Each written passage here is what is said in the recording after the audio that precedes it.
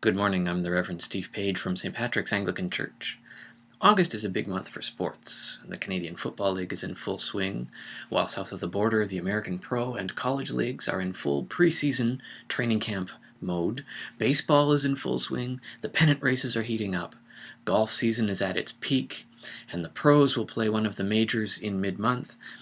And oh yeah, the Olympics are in full swing in London, England right now. So, with all this sports activity, our daily devotional moments for August will draw our images and our metaphors from the world of sports, with an occasional assist from the book Devotionals from the World of Sports by John and Kathy Hillman. Now, if you miss any of these devotionals, we will post them online on our blog. It's at pladdeggnog.blogspot.com, and we will also make them available on YouTube.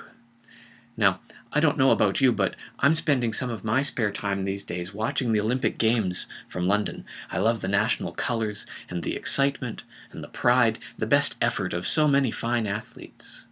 The Olympics are truly a global time of friendship and competition, and this year there are 216 different countries competing in the Olympics, ranging from Afghanistan to Iceland to Sweden to Zimbabwe.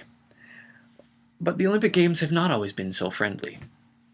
Back in 1980, the Games were held in Moscow, in the former USSR. It was the height of the Cold War between the West and the Communist bloc, and in protest of the 1979 Soviet invasion of Afghanistan, 65 countries boycotted the Moscow Games of 1980, including Canada and the United States. Well, in response, when the next Olympic Games, 1984, they were held in Los Angeles in California, and 14 Eastern Bloc countries boycotted those games, including the USSR and Cuba and East Germany. Well, by 1986, people who were tired of all the political posturing and boycotts organized something they called the Goodwill Games. The events were held in Moscow and included athletes from 79 nations, from both sides of the previous Olympic boycotts. One of the notable athletic feats in the Goodwill Games was Jackie Joyner-Kersey's performance in the heptathlon. The heptathlon is a series of 7 events, including the 100-meter hurdles, the high jump, the long jump, the shot put, the javelin throw, the 200-meter sprint, and the 800-meter race, 7 events in all. And athletes get points for how well they do in each event. Faster times, farther distances earn more points. Jackie had a great competition, and after 6 of the 7 events, she was in line for the gold medal, and it was also possible that she could set a new world record in the process. In the final event, it was the 800-meter race, and she ran an incredible race. She scored enough points to shatter the previous world record. Her performance and her personality won over the mainly Soviet audience in these Moscow places, and they readily forgave her for being an American from one of the enemy countries, and they forgave her for beating their own stars, and the fans cheered her with genuine warmth and excitement. The goodwill and reconciliation between nations and the willingness to forgive one another, both as individuals and as countries.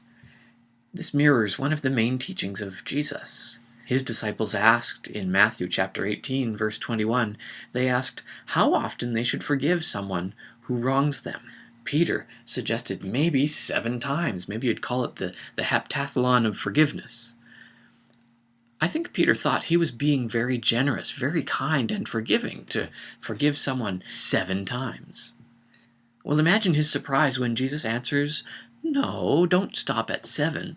Forgive them 70 times 7. And I don't think Jesus meant to forgive them 70 times 7 equals 490 times.